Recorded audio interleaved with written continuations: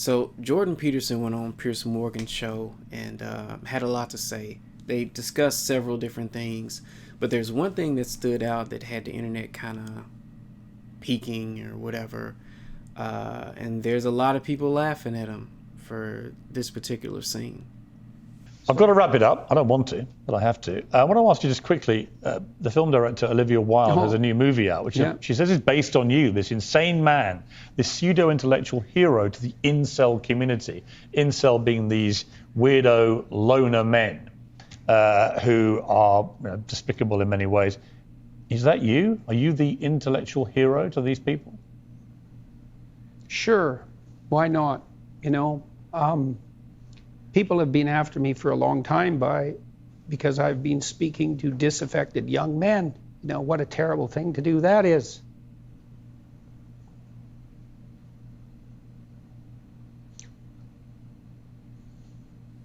I thought the marginalized were supposed to have a voice. It's making you emotional to talk about that. Well, God, it's very difficult to understand how demoralized people are. And certainly many young men are in that category. And you get these casual insults, these incels. What does it mean? It's like, well, these men, they don't know how to make themselves attractive to women who are very picky, and good for them. Women, be picky. That's your gift, man. Demand high standards from your men. Fair enough. But all these men who are alienated, it's like, they're lonesome and they don't know what to do, and everyone piles abuse on them. When she said that, Olivia Wilde, it stung you, didn't it? I saw the reaction. By reaction. that time, that as far as critiques go, that was kind of low level. I mean, once I got painted as Red Skull, magical super Nazi, that was kind of the end of the insults. There's no place past that. So when Olivia Wilde made those comments, the first thing I did was go look at the preview for her movie, which I quite liked. I thought I would go see that movie probably, and perhaps I will. It didn't really bother me. My family and I talked about it right away, and we were able to respond to it with some degree of humor, which then people completely misunderstood. I said I hope that, that if I had to be played by someone, I think it's Chris Wilde, that he's a very good-looking man, and so that seems all right, and then I said something like, I hope he gets my fashion style choice right when he plays me. And it was a joke. All that was a joke. I mean, you've been so controlled today, and yet in that brief moment, you got very emotional. Why? It's really something to see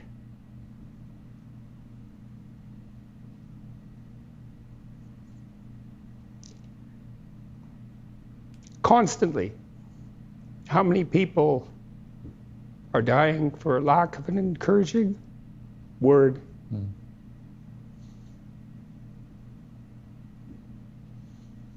And how easy it is to provide that if you're careful. Give credit where credit is due. And to say,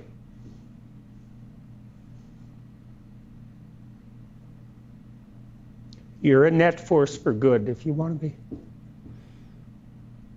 Do you believe you're a net force for good?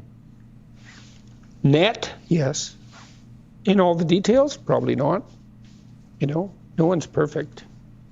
So people make their mistakes as they stumble uphill. When you hear the word incel, how does it feel? Right? Because words have power. Words have some kind of power. Like they're communicating something. So the way that incel sounds, like the way it's put out there, it sounds demeaning. It sounds like something that you would disregard. And words like these have been used in various situations, right? Words, I had a name for it. I forget what it was, but it's basically a way for people to disregard a marginalized group, to section them off, disregard what they're going through, and throw shade, right? So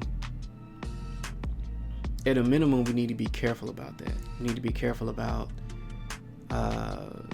when people in power suggest certain words to use about groups of people. We need to be careful about that, because then it becomes a tool to disregard whatever they have to say, whatever they're going through, whatever messes they may have, because it's important to be able to listen to each other, to hear what each other is dealing with. Once you get walled off and you're disregarding whole groups of people, things can kind of go to hell. So I'm not saying that Jordan Peterson is Jesus. He said things that even now I highly disagree with. I'm like, why are you even over there? It's not that serious. There are areas where I absolutely agree with what he's saying, or I can empathize with his position to some extent. And seeing the fact that I've spent so much time on the left where he was the enemy, it's kind of like a little weird that I'm taking up for Jordan Peterson. But my goal is to be non-biased, right? Listen to people even if I don't fully agree with everything that they have to say. And it puts me in a place where I don't feel like I have a home. Like, I'm not Democrat or Republican, because it's too much confusion. It's like they try to, well, I won't say that they try to, they encourage particular lanes sometimes. And to me, it clouds judgment. You end up with these biases and stuff, and it gets harder to see. It's like you walk into a dark room and they're handing you a pair of shades. You know what I'm saying? Like, I can't see anything. It's okay. I'll take you where you need to go, you know? One thing I do want to say about incels is that we really need to consider how our society has created this pocket, right? This pocket of men that are miserable to some extent, for lack of a better word, or believe themselves to be miserable.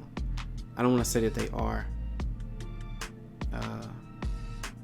As I said, words have power, but they've been put in a position to where they feel lost in life.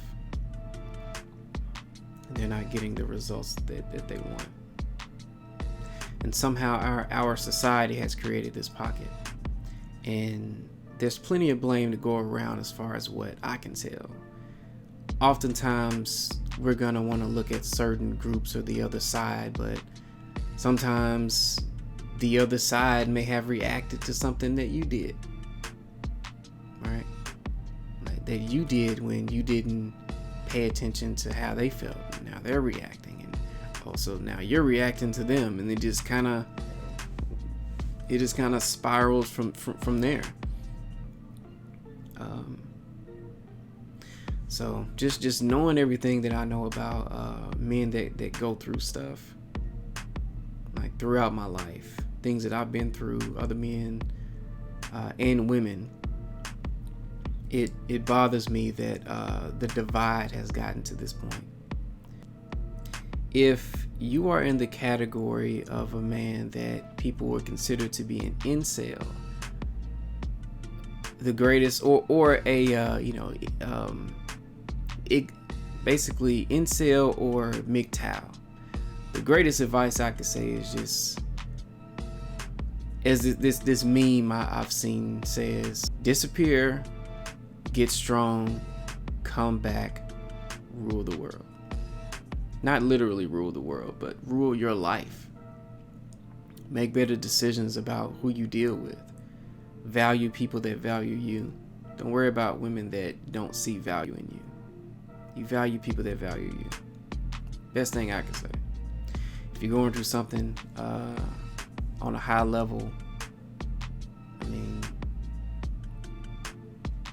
therapy is definitely an option. That's what I would do. I've done therapy. It definitely helped. A big part of it for me is that the fact that my therapist was a guy. He had like a lot of other stuff that he helped me with too, but the fact that I could talk to a guy about what I was going through without the typical reactive responses where it's just like ignore how you feel or what you're going through doesn't exist. Which is a useful tool of men, but sometimes you need to understand your emotions and work through what you've been through so that it doesn't work you. At some point I'm going to upgrade my camera and that won't be an issue. But yeah, if you enjoyed yourself, feel free to express yourself by the many means available on this page. If you've been through something like that, feel free to comment down below if you want to express it. I mean, I'm working on like a lot of content.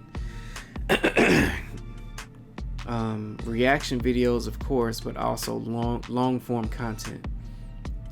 So if you just want to share a story that could help me figure out something, put the pieces together so that we can perhaps make some progress, feel free to drop it down below. I'm not a therapist, right? I'm not Jordan Peterson, but I have talked to a lot of people, men and women. You know, I've talked to a lot of women that have gone through a lot of really deep shit, really deep trauma, really deep, just disturbing things. And this has kind of been part of my life. For whatever reason, they felt like they could talk to me about it, and that's just what happened. At the same time, because of, I guess, me being like a good listener or easy to talk to about personal things, a lot of men have come to me too. And I've talked to a lot of men about the things that they've been through, and it's arguably just as bad, if not worse, than some of the situations that women have gone through. And the core thing that has really just stuck out to me is that men suffer, women suffer, basically people suffer, right? When we get in these boxes of you're bad, they're bad, black, white, blue, yellow, orange, burgundy, whatever, it can be difficult to see that, because there's ways that we get walled off and divided